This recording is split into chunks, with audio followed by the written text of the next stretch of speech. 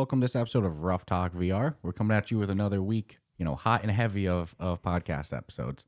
Yeah, some of my favorite stuff to do is the Monday morning news. Oh yeah, today's Monday morning news. On Wednesday, we're going to have a review episode for you. No interview this week, but No. the word on the street is next week we will have something very exciting in the interview department. But today, That is the rumor. that's the word on the street. I'm not saying who, I'm not saying what, where, when, why, or how. I'm just saying that's the word on the street. But today's Monday morning news. But you brought up a good point right before we started recording that we should probably start to plug this. Yes. So before any news, I just want to say I promise I'm not telling you guys to go join our Discord yet. That'll be later. But just so everybody knows, in the East Coast, yeah, or YouTube or Reddit, Patreon and all that stuff. IG. But this March, we're going to be attending this year PAX East. Yep, PAX East 2023. Yes. in Boston. So the Ruff Talk VR crew is hitting PAX East this year. So anybody who's going to be there, let us know. Spread the word. Let's get a good VR scene there this year like they had last year. Yeah, And it should only get bigger and bigger. But there'll be no missing us, I promise, if you're going. Yeah, the plan I'm pretty is sure you'll be able to find us. Yeah, the plan is to be Ruff Talk VR swagged out. Shirts, hoodies, masks, backpack. Yeah, because as of now, I think masks are required. Shit, if I can get Ruff Talk VR long socks, I'll do it, baby. You name it. You like you said, we're gonna be hard to miss. Yeah. So if you're there, definitely stop in, but we'll be there. Yeah, we want to start booking some planned, greetings with people, to say the least. So a lot of fun stuff coming in that regard. This is going to be our first convention as podcasters, so I'm excited that was a big, I guess, thing on the checklist that we had to do this year that we hadn't done yet. So I'm excited to get it. Starting off the year doing it too. So. We're even getting good business cards, man. Come on, it's big stuff happening. So, nonetheless, back to Monday morning news. And you're going to hear us plug that PAX East visit quite a bit in the lead up. But nonetheless, that's how it goes. So today on Monday morning news, the first thing to talk about, just because I see it posted and being discussed everywhere, I guess it is pretty big news in the world of VR as well. One of the many world building apps that exist that actually people seem to love a lot, Altspace, which is owned by Microsoft, who's recently doing some layoffs like everybody in the tech industry seems to be doing. They announced in March Altspace is shutting down.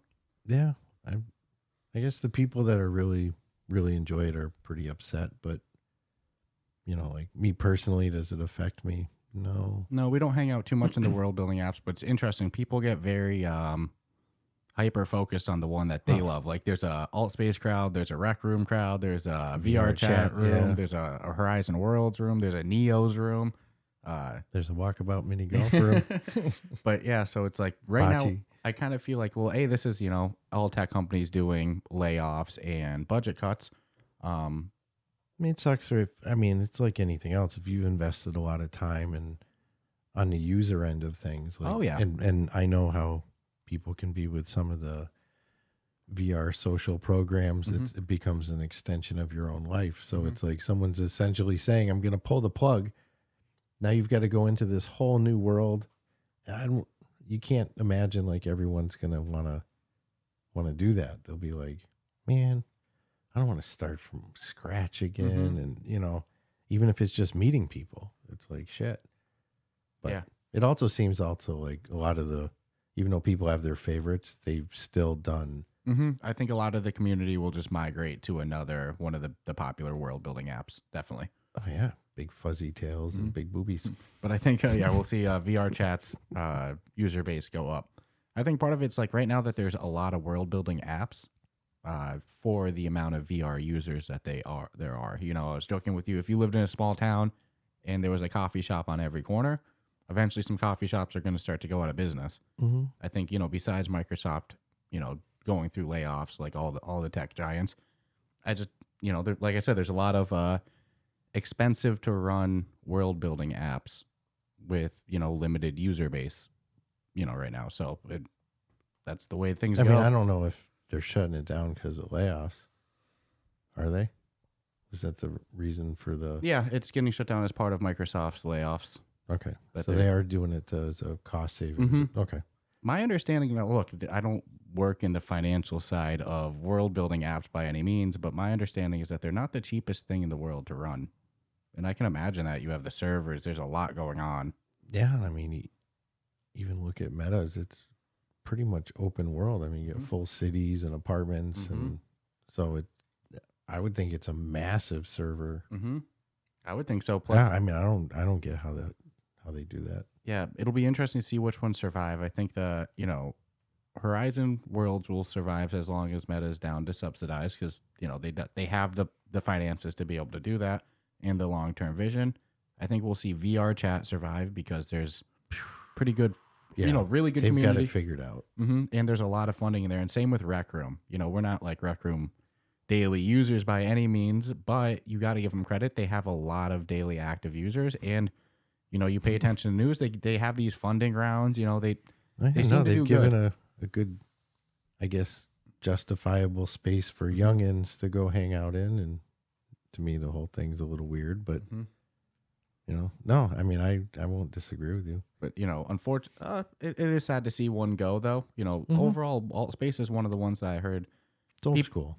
People spoke very positively of it too. I never really heard people shit on Altspace. No. So that's kind of the downside when things get acquired by big tech giants or big anything, is that when cost cutting time comes, it might be you. Well, even if your thing's profitable. Between that and just natural progression of things, it's like, I remember when Yahoo Messenger was like the best messenger in the world to use. That's what you use. You didn't use, before that it was AOL Messenger. And then slowly, I mean, I'm sure they still exist, but the user excitement behind it, just, it's like if you told me they were no longer available in any capacity, it's like I wouldn't be shocked. And I mean, like now Microsoft is going pretty heavy with their chat GBT integrations. They're doing quite well with getting kids A's, yes. Well, the rumor is that they're going to try to incorporate it into their search engine. And now, I mean, depending on the way that goes, you could see a day where, I can't believe I'm ever saying this, but Bing would surpass Google in terms of search engine use, which like Bing was always a joke. Right out of the gate too. If once you have like AI generated answers at the top, that's the only thing currently missing off of the program is there's no internet on it. So I mean, which still makes it friggin' incredible, dude. Yeah. I love that program. But nonetheless, so rest in peace to Altspace. It's not dead yet, but it's shutting down it's shutting down in March. That's when the plug is getting pulled. So hopefully, kind of what you're alluding to. Hopefully, those users don't abandon playing. I think some will. There's always this percentage, but I hope to see the majority migrate to another app. Let's see. But on the next news, something that we love is hand tracking. Always big fans. I remember it was originally hand tracking 1.0. Then we were where it came from to where it is now is night and day, dude. When at first it was so shaky, like your lighting had to be perfect. The circumstances of using it had to be, you had to put in so much effort to do it good.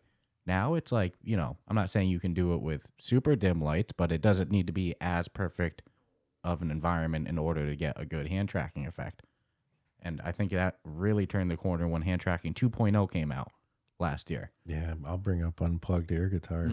That's the first one you went right back into. Yep. Especially anytime there's any sort of upgrade to hand tracking, that's usually where I migrate to. And we learned the more times people use hand tracking, the more data. And then the next time they upgrade it, it's definitely going to be better. So it's like its own living. It's like a living organism that just gets better and better. It's crazy. Yeah. We learned that from, was named Into Hoop. Now it's Just Hoops, the developer of that. We learned that from interviewing him that, the more people use hand tracking, the more data they use, the better it improves. So hand tracking 2.0 made a huge difference, in my opinion, to the hand tracking. Oh, yeah. And now they're rolling out hand tracking 2.1, which I know that sounds silly. It's not 2 to 3, it's 2.1, but it's something. I always get excited at any hand tracking improvement. Apparently, it's going to reduce the tracking loss. So, like I was kind of alluding to before, this, it looks like you need less and less ideal circumstances as the software gets better in order to be able to actually utilize it. So, less tracking loss. Your hands are going to reappear faster when they get lost, when they do get lost. Yeah, yes. Which you were joking off air, you start waving them around everywhere to get it to reactivate. And that's absolutely the truth. It's like you lose your hands, be like, damn, might be like 15, 20 seconds of just holding them in front of your face before they reappear. So apparently with 2.1, they're going to reappear faster. The pinch gesture, because there's a lot of like menu navigation things you can do with the fingers. The pinch gesture is apparently going to get tighter. You were telling me you have no issues ever pinching? No. Me, I've had before where I can't get to like shut it off and stuff, or like acknowledge. No. Yeah, I've had times where I can't get the fingers to touch. It's like there's like little magnets just little stopping space. it. Yeah, so apparently the pinching is going to be better, and then it's just going to like reduce jitteriness and overall quality of life improvements with that. So you're going to go into Unplugged as soon as you get hand tracking 2.1? Yeah, I mean, I'll see if it makes any difference, but they seem to be a great example of any time there is an available difference to be made. That's the best way, I think, to go see firsthand. No doubt. And they're crushing it with the new songs and everything too. Oh yeah, yeah. Unplugged. I always say, if anybody hasn't played Unplugged, and I'm not usually the huge rhythm game fan, Unplugged is kind of in a league of its own. It's such a unique concept, and it's so well executed. Love that Maestro. one. Maestro is that's my new favorite. Yeah, it looks like that they had a little update a couple weeks ago. I still need to check out, but I hope to see that game continue. I want to see a full version. Yeah. I want to see it with like a Beat Saber sized library of songs. That game has potential to become my new favorite rhythm game. It is just that little free demo is so freaking good. Anytime I see the whoever's running their IG post, I'll post something or I'll like it, alluding to can't wait for the full version. And I never get like a direct answer like it's coming in 2023. It'll be in September, or it'll be in 3 years from now, or something. Or even what the full vision of the game is, like how many songs do you want? Is there going to be a campaign like that? I'm starting to think they did it not expecting it to be as well received as it is, and now it's oh shit.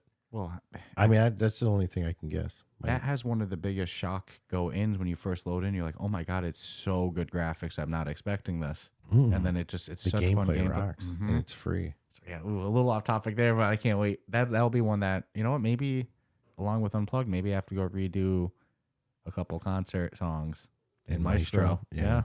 That was a fun one.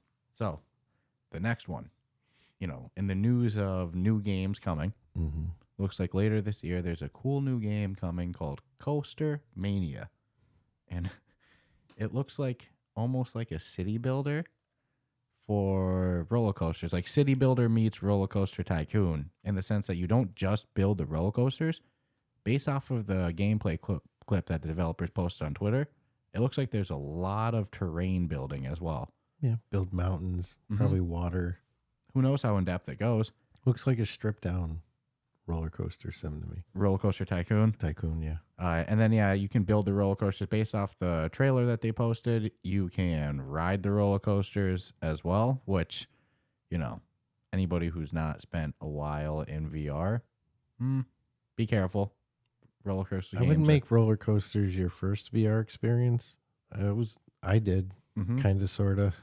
I saw it for free and was like, I'll try it. It knocked you out a bit. Yeah, it sent my head. Didn't make me feel too great. I could totally see somebody spending 30 minutes building in this game, having a great time, then being like, all right, now time to go test it out, and being like, oh, I need to take the headset off. So you want to know something weird though? When I played, because I don't currently play any of the roller coaster games, but the last time I did the Tycoon game, they always give you the ability to like first person it in your ride or your roller coaster. I don't see no reason to. No, I'm more into the whole, building the roller coaster. And I've always liked the financial side of those games too. Yeah. Making it profitable, the expenses. The unlocks and I think the amusement park one is it's ridiculous. So a lot of potential with this. What I really like that I always feel like adds a lot of replayability for these type of games. You can upload and share your parks with, or whatever the name for your creations is going to be. You can share them with a community. So that's always cool. You know what'd be crazy? What's that? This is awesome. If you could open your park up to the community, but the only way that your park generates money is if people from the community come and visit your park. It'd be a separate online currency is how they should do that. Yeah, then, nothing real, nothing. Yeah. Just to, buy decorations that acknowledge the fact that, 1,000 community people walk through your gates, other than the little NPCs that'll always come through. And that'd be kind of cool. Yeah, I just always like when communities can run wild and start to upload things. And, we see that with Gods of Gravity. You've been going crazy with map creation. Yeah, and I think if you listen to the podcast, I'm pretty sure I was like, oh, no, we said we're not interested in that I'm not at really, all. there's no need for me to build maps with this one.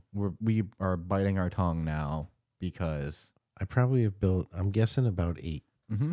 Keep tweaking them. Yeah. We'll do it. You'll tweak it, and then we'll do it again with the tweaks that you just made. Yep. So yeah, wait till having a little too much fun. Wait till we start sharing, theme parks with each other. Now I hope that this is a little bit more open-ended, sandboxy than I love the game, but Arcade Tycoon was pretty linear in your experience. There's not really a reason to share your arcade with other people. Not that you can join the VR them. one we just did? Yeah. But in this game, I hope it's... Although they just had an upgrade, too. They did. Not really new content. It was much more quality of life stuff. Which is good. But I hope that this one's a little bit more... I like that they're not abandoning it? No. That there's still movement, and they've got a long ways to... I have quite the feeling that in a year, we're going to revisit Arcade Legends. It's going to be a totally different game. But I hope that this game has a little bit more open-endedness to it, I'll say. Like, and incentives and reasons to actually... create different types of theme parks. Yeah, it would be interesting. Mm-hmm.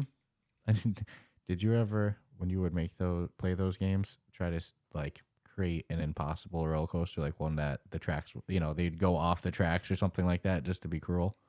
Yeah, if I remember correctly, though, for the most part, they won't let you. Yeah, I think you could test run it as broken. Yep. But you couldn't actually make it open live to the public. And then I know later versions of the stuff would just flat out, it would turn red. Mm-hmm. So you're like, oh, you can't put that angle on the track. It won't let you. But we talked about it when we reviewed Arcade Legend. I'm totally down for these type of tycoon simulator games to come. Oh, dude, I'll take them all. Mm-hmm. It's a day one buy for me. All right, Lawnmower Simulator. Do you know how popular that is? There's people making money on videos of them cutting lawns in Lawnmower Simulator. Power Wash, VR? Power Wash Simulator, Lawnmower Simulator, the House Flipper, which does exist on the MetaQuest store, so you can get that. All the classic tycoon games. All of them. How come the truck driver one isn't there yet? Was it Cross America or some shit? Come on, man. Railroad Simulator, where you get to drive the trains. Come on. That's what VR is made for, man. Imagine if you could drive the train with your buddy. It's like the old train. One of you's got a shovel in the coal, and the other guy's working the little steam controls to keep the pressure under. So much potential. Yeah. So much. But, so I'm definitely keeping my eyes on Coaster Mania. Yeah. Probably will end up being a day one grab for me just because I love all strategy games in general. But nonetheless. So, moving on. This one really impressed me. Gorilla Tag. What was one of the most popular App Lab games, recently graduated to the official Quest store. It was announced that they made in revenue, not profit. Who knows what their operating costs are? Some have a feeling not nearly close to what they made, but that's a different conversation. Their revenue on App Lab was $26 million. That's crazy. It's scary for a free to. What now? Keep in mind.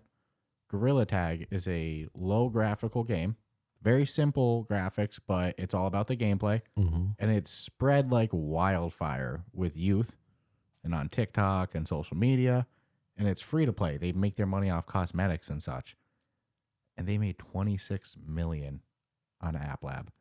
Yeah, I think I joked it was the $24 million in controller repairs and $2 million in actual gameplay revenue. Oh, if they had any kickback from controller repairs, they'd be running away to the moon. Yeah. No, that's a sick amount of money. And that's just App Lab. The game's available on Steam as well, and that doesn't count Steam numbers. That's just money generated through in-app purchases on App people Lab. Absolutely freaking love it.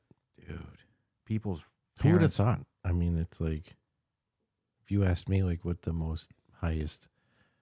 Would I have ever thought it would have made that kind of money? No. And I saw people kind of shitting on VR on Twitter because that's what people love to do. Yeah. There's always a negative Nancy who's like, oh, see, this is the success story of the Quest is a shitty. No. And I'm like, the success story? I was like, this is a success story. Yeah, no. Nowhere in that article did it say this is the number one selling game or that it's the only game who's hit those numbers. It's a success story, not the.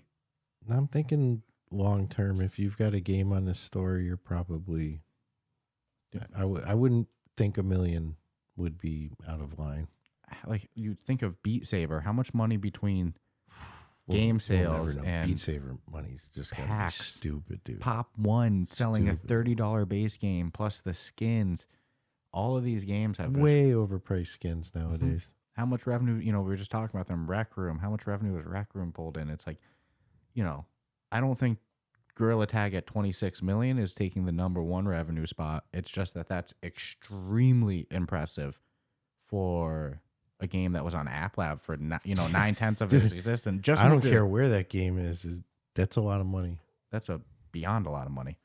So huge props to Gorilla Tag. Indie devs running away to the moon with money on that one. So big props. So on other news, we'll do this one and then maybe we can take a little quick ad break. Beg you guys to go join our Discord and Patreon and all that fun stuff as well. But version 29 of the Quest software is rolling out, and anytime a new version comes, it's big news. There's always cool new stuff coming. And this time, we don't have kids that we need to set parental controls to, so this doesn't affect us, but I'm sure somebody listening, they do. So there's improved parental controls coming to the Quest with this new update. As well, there's going to be a do not disturb mode. Don't bug me. Don't bug me. I'm gaming. Right? I'm in a movie. If it'll let you set your own message, that'd be cool. That'd be really cool.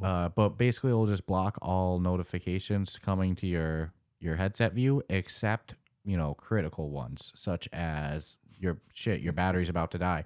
Which I won't lie to you, I missed that notification if I'm too immersed. We talk about that quite a bit, and it definitely does happen. Mm-hmm. It's like I'm pretty confident it popped up, but I didn't see it. Mother Gunship does probably one of the best jobs ever. How can you see that notification late into the game when you're gonna get shot if you look at those notifications? Yeah, they pop up their own friggin' their own thing, and it's like you have to acknowledge it. And then it's gonna pop up again. Right. And it's gonna pop up again. So, but that's a simple thing that probably should have existed for a while. So that's cool to see. Just a simple quality of life, do not disturb mode. Mm-hmm.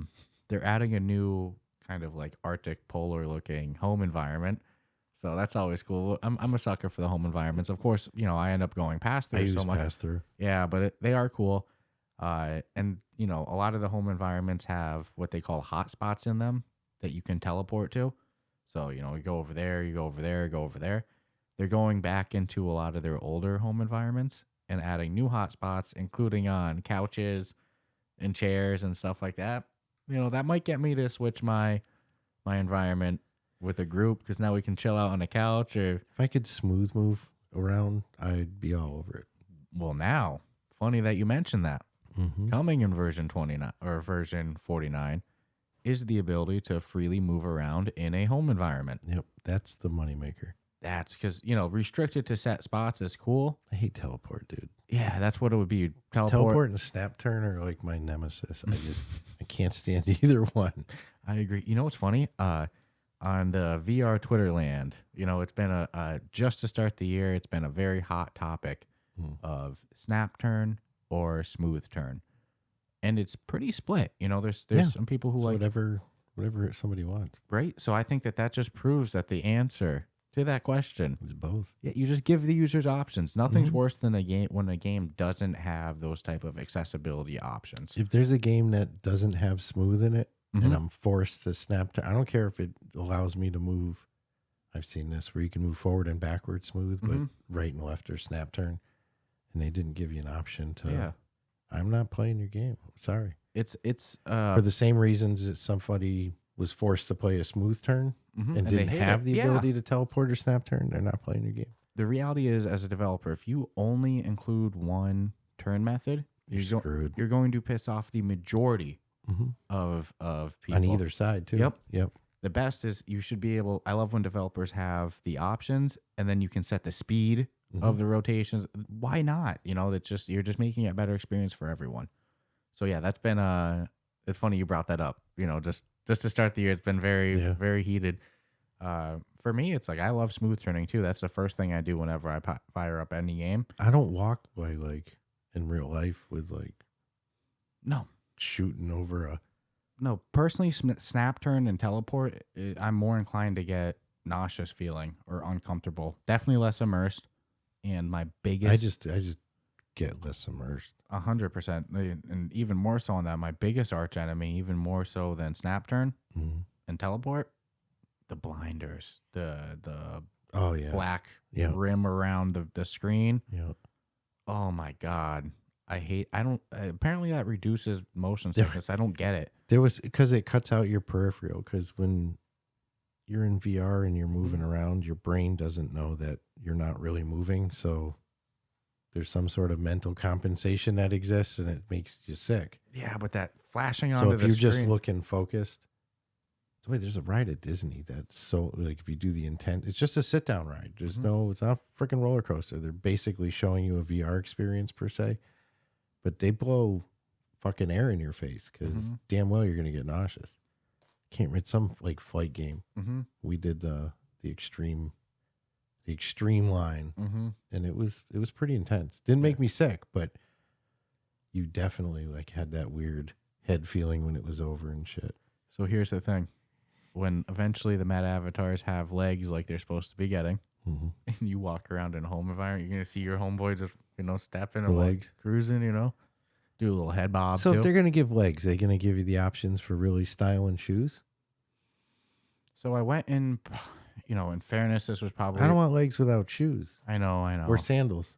I dude will be in his suit with the sandals on. I don't know if I did something wrong, if it's changed maybe like a month and a half ago. So it's a little outdated, but I went into the avatar editor and they had legs in the editor. Yeah. And all it said in it is that this is not supported by all apps. But really what it means is not supported by any app, but nonetheless.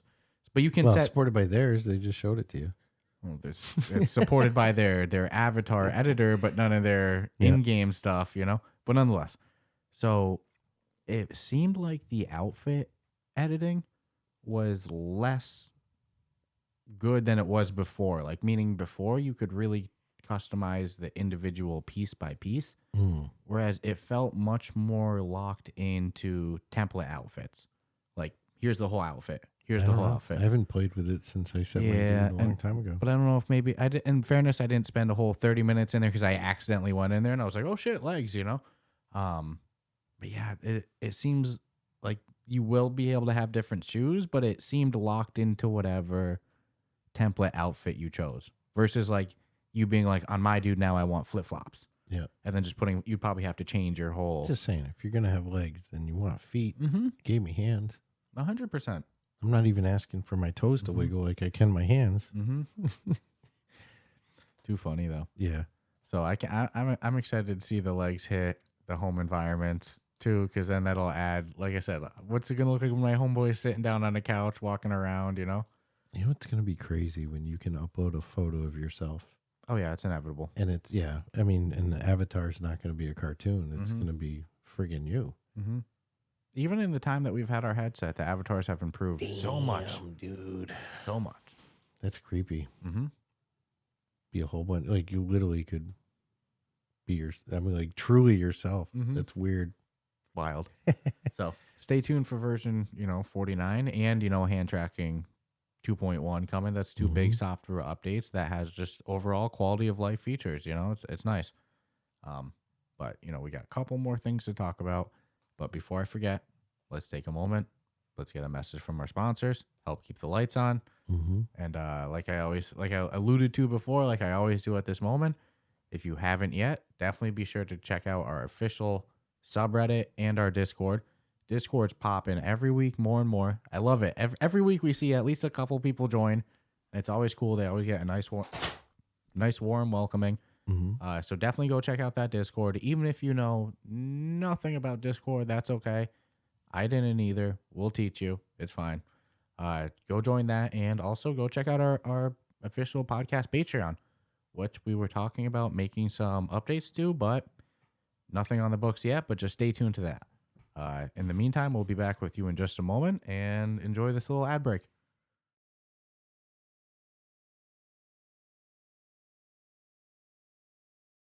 This podcast is brought to you by Kiwi Design, the leader in MetaQuest and VR accessories. And now you can deck out your device while supporting the podcast. The Meta Quest 2 is a great headset, but do you ever feel things could be a bit more comfortable? Well, we have the solution for you. With lens protectors, controller grips, face covers, head straps, link cables, headset stands, and more, including my two personal favorites, the top version controller grips with added weight and an extended handle, and the Kiwi upgraded Elite strap. Let's be real, we've all whacked our controller. Don't be the guy messaging Oculus support for your own mistake or waiting weeks for an out-of-stock controller. Visit the link in our show notes to prepare yourself today. After visiting the link in our show notes, make sure to use the promo code RuffTalkVR at checkout, all one word, to take full advantage of your savings. And make sure to click the link in our show notes so the podcast gets credit and you help support us. Remember, whatever you need, Kiwi has you covered. Today's episode is sponsored by True Classic. Guys, let's get real for a second. Your significant other will be way less upset about your gaming streak if you're looking fine as hell while you play. Finding that perfect fitting t-shirt can be a terrible experience. The thing is either way too tight, has a case of bacon neck, or is just plain big and boxy. Luckily, True Classic makes quality clothing for every guy. Whether you're on VR, PC, Xbox, PS5, or yes, even a Wii, they've made finding that perfect fit easy with their formula. A closer fit in the arms and chest to show off your muscles. We know you're getting a workout while gaming. Let those toned arms shine. Plus, they leave wiggle room in the torso to keep things cozy. All of their styles are super soft, and it's a great price for what you're getting. So guys, no excuses. Don't be a noob. Get rid of those ratty t-shirts I know that you've been hanging on to for years and get ready to upgrade. We have an exclusive deal for our listeners. We want to hook you up with some True Classic. For a limited time only, get 20% off with the code RuffTalkVR at trueclassic.com. Almost all men's t-shirts are designed to look good on a certain body type. Think skinny models with six-packs or Dscruffles over here. But most of us aren't packing anything but a few beers, and there's nothing wrong with that. My dudes, it's simple. You are wearing the wrong clothes. True Classics tees taper off towards the bottom, but they fit tighter around the chest and shoulders. You can throw on that True Classic with confidence, knowing they've got your bases covered.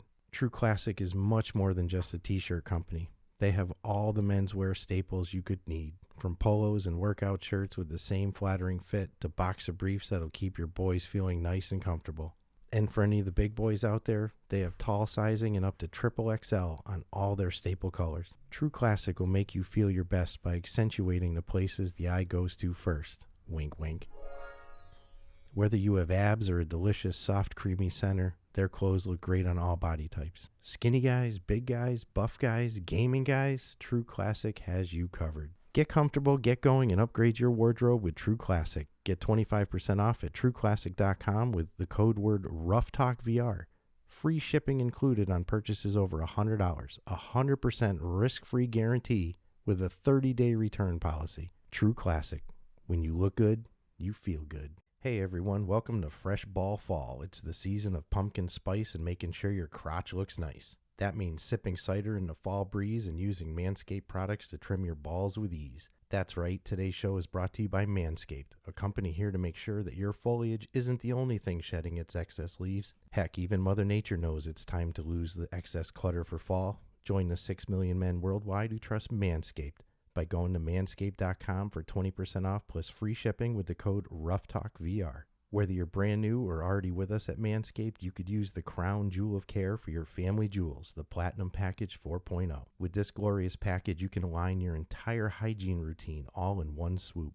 Inside the 10 Platinum Package is everything you know and love about the Performance Package, plus some shower goodies included to elevate your grooming game to platinum. The Lawnmower 4.0 body trimmer and Weed Whacker nose and ear hair trimmer feature proprietary advanced skin-safe technology to protect your delicate parts and holes. Both are waterproof so you can keep scaping even as the weather's change. In addition to shaving, you can now completely upgrade your shower routine with the Ultra Premium Body Wash and Ultra Premium 2-in-1 Shampoo plus Conditioner.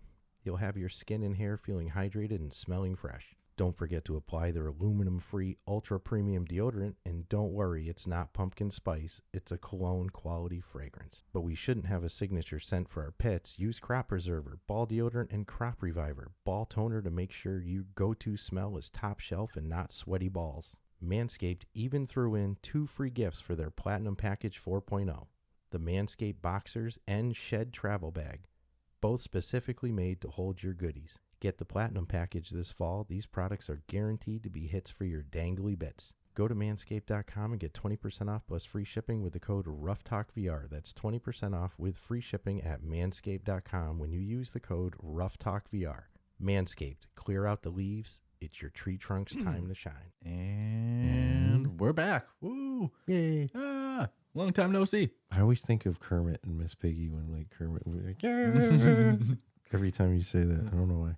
So the next one, we don't really cover a whole bunch of Apple VR stuff or AR stuff on the podcast because, we talk about it now and then. But it's mostly in the skeptical boat. I have no doubt when they release a product, it'll be good, whether it be affordable, whatever. That's a different conversation. Whether it's real. And I just don't believe any report I ever read or hear when people say it's coming this month, they're shipping this month, this amount, it's ready, they have this. I mean, since we started the podcast, it was coming out in a couple months.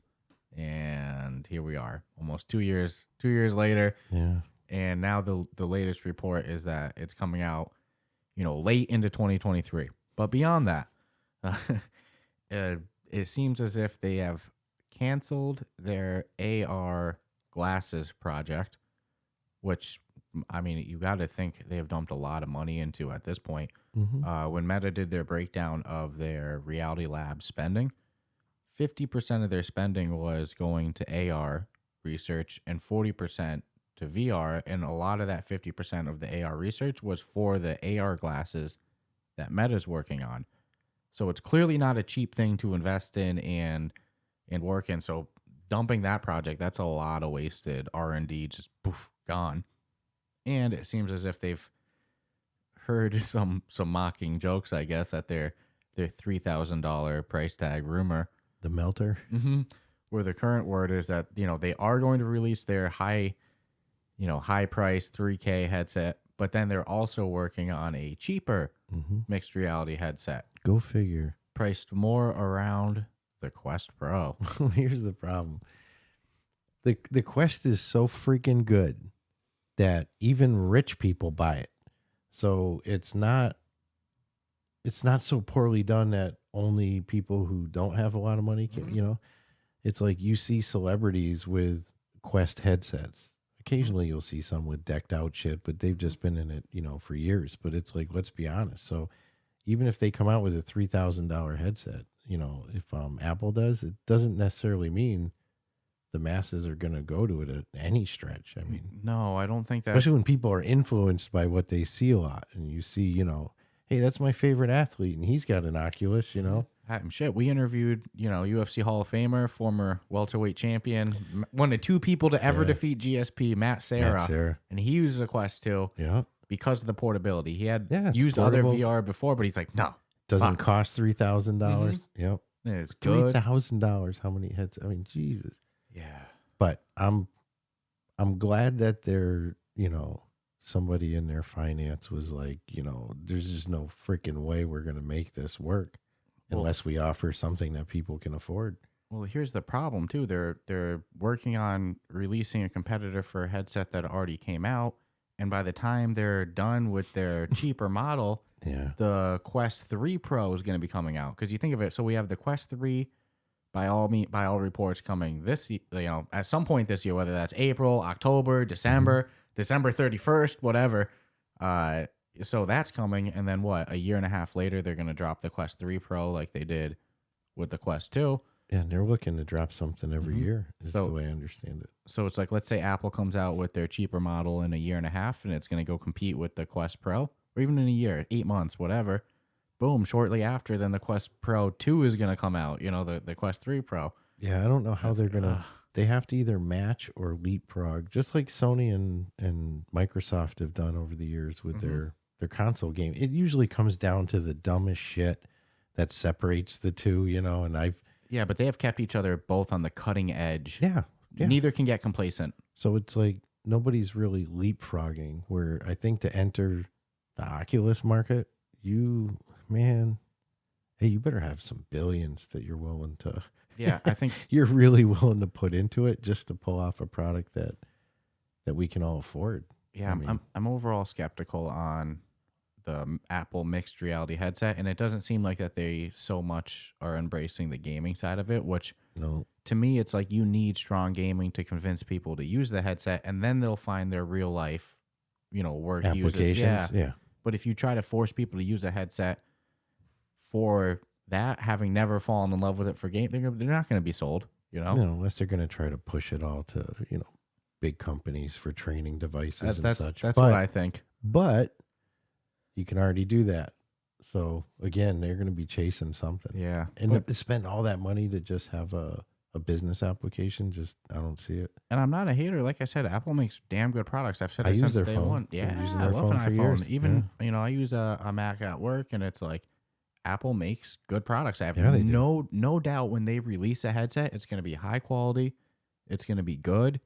It's going to be great software, but is it going to be consumer purchasable? Is it going to be worth the price tag? Sounds like they're making a Hail Mary effort to make that happen. So I think they just want to get their first one out and build from there. Just like, fuck it, let's just get this out there. And they're shooting for pro money. So we'll see. Let's see. We'll see. But I'll have to talk to Bradley because he can break down.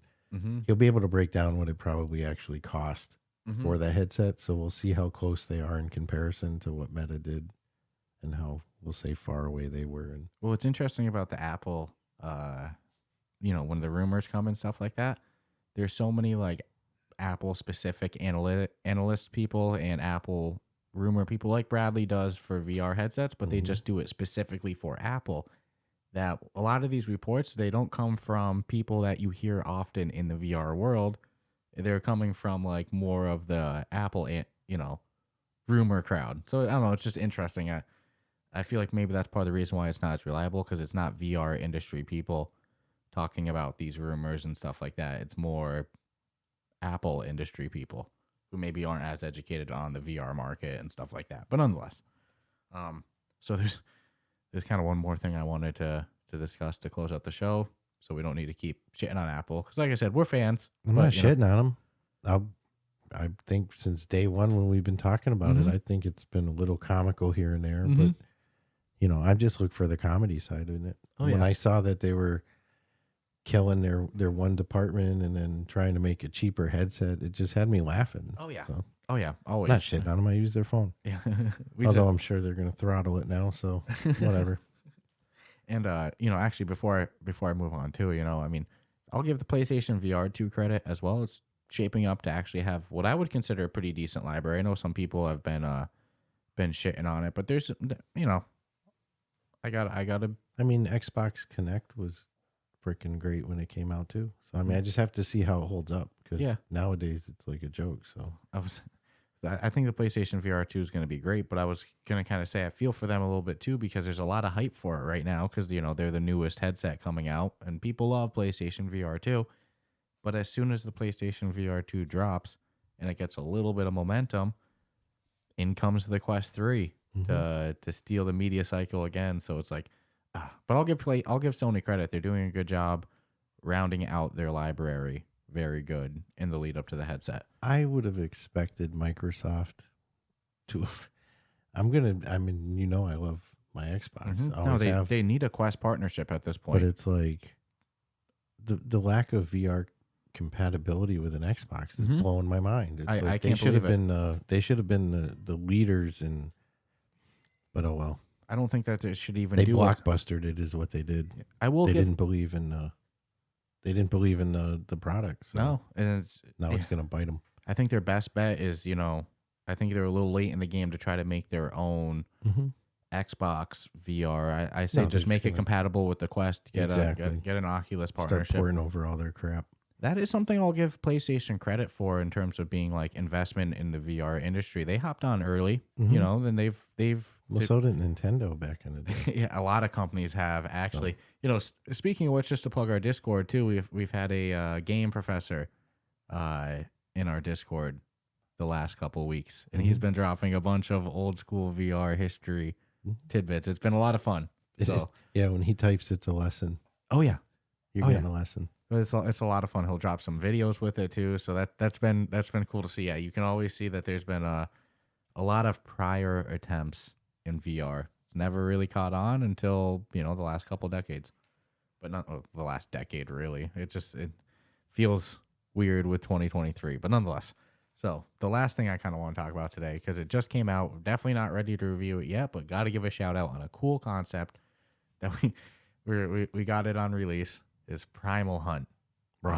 Hunting dinosaurs, which, again, not doing a full review, but I got to say, the first thing I thought, as soon as we fired it up, go into the main menu, I'm like, this game is not what I expected in terms of setting, environment. It's very like futuristic and robot-y right from the load in. I was like, what? I thought that this was going to be like not ancient, but you go back in time. Yeah, like prehistoric. But no, it's kind of got like, you have this like main hub area with your hunting lodge. Yeah, that's right. Your hunting lodge with skill trees and unlockables and just a whole shit ton of progression. And from there, you pick which hunt you want to do. And then you teleport into your hunt and go crazy from there. You have to try to score your whatever you're searching for, whatever you selected to try to hunt. And you have to like scan tracks. Rip the thing's heart out. Yeah, the tutorial how you scan. It was funny. There's like dinosaur poop, but you might see tracks, poop, some things that they eat in the area, whatever. But then after you kill the thing, you fucking rip its organs out. Bro. Get the trophy of it. Then you have a trophy room as well that you can display all the stuff. So there's a lot of content in the game. Different weapons, things like that. But when we were playing it, I was like, dude, I want to play this with you. Like, it felt so built for co-op, and it's just not right now. And it was killing me. So I looked into it a bit, and it seems like co-op is in the works. It's just not out yet. That's the word on the street. That's the rumor. It's not out yet, but apparently it's a priority. It's something that they're going to be rolling out. And I think that when that happens, this game's going to be freaking good. I'm having a good time right now with single player. I don't mind like playing the single player to get good at, because it's only going to get harder and harder. Oh, that's how these games go. The first hunt is so easy. Then be able to, their tutorial's pretty cool. They actually did a really good job with it. I'll give them credit. Yep. And that's actually back to the accessibility thing. They did a good job giving different options. Although there is a lot, I'll say it right now, it's like there's a lot of different things you need to do or should do or could do that are going to feel weird. It's the second game I've seen where you put your hand up to your head and click the button. Well, it's funny because we played 2 of them in a row because we also started playing Aspire 2, a little bit of the solo, but we're going to go check out the co-op. Put it by your head and open up your tracker. It was just funny to do it back to back because that's the first game that I saw do it was Aspire, and that's the first time we played Aspire, and we Aspire 2. Yeah, Aspire 2. We use the vision, like you said, put the hand, click the thing, and then we go into Primal Hunt, and they're doing the same thing. Also, 2 games back to back from Ireland, where there seems to be like a Scottish accent or an Irish accent in both games, because you're back to back. You're like hunting lodge guy. I think he almost sounds a little Scottish, but I can definitely hear what sounds like Irish in Aspire. Aspire 2. It's not like super thick. It's just there. And I'm curious how the co-op or multiplayer, whatever, in Primal Hunt's going to work. It's going to be like, let's say we go into co-op together. Are we both going to be able to still get progression? Or do you take what you've gotten in single player and just pick out a mission and just run it like that, but without the, being able to... I have no idea. I hope we can hang out in a hunting lodge together. Because if you can see the potential. There's no reason to have such a big-ass trophy room if you're not going to be able to show it off either. So, but I think I'm thinking that's a good sign too. Even more so. So, because we use the Oculus built-in party chat a lot. When you invite somebody to your party or they're in your party, you can choose to launch right into an app together, right from the party menu. So if a game sports multiplayer, boom, we'll go right into Walkabout Mini Golf together. This game has an option for the hunting lodge to launch into with a party, and it says up to 2 players. But nothing happens. It doesn't actually log in together, but you can see it's like it's there. It's ready to go. It seems like they're just finishing up. So that'll be really cool to see added. But Primal Hunt was real cool. Yeah, I'm having fun. Dude, we're shuffling so much right now. Yeah. Between what we're reviewing Wednesday, the last Clockwinder, didn't mess that one up this time. I've been on a kick of saying the last Clockwinder, and you laugh every time. So between the last Clockwinder, Intercosmos, Grid Legends, Aspire 2, Primal Hunt, and then, there's just more and more coming. So we're shuffling around a lot right now, but good reviews coming. Definitely. Oh, for sure. Mm-hmm. So fun stuff today. Anything that you wanted to touch on that you saw throughout the week or anything like that? No, pretty much nailed it all. And then some. Mm-hmm. I think this has been a good start to the year in the world of VR. A lot of good games coming, a lot of stealth drops. But I'm so excited for Wednesday's review of Last Clockwinder, and I'm so excited for the interview we have planned, apparently rumored to happen next week. So stay tuned for all that. Like I always say, subscribe, rate the podcast 5 stars. That's always cool beans. Go check out the Patreon, the Discord, a lot of fun there. And stay tuned for Wednesday's review of the Last Clockwinder. See you next week. Or Wednesday. Yeah, see you Wednesday. See you Wednesday. Gonna have people worried there with that. Yeah. And it's gonna be what? Because it came out of my mouth. I'm like, Wednesday is not next week. It's funny, when we first started, we used to do 1 episode a week. Mm-hmm. And then, we went to what we mainly do, 2 episodes a week. And then now we do 3, when we do 3 episodes a week, it is what it is. But I felt like the first time we ever did 3 episodes a week, people were like, what the hell? That's so much content. Whereas now it's a little bit more normalized. So.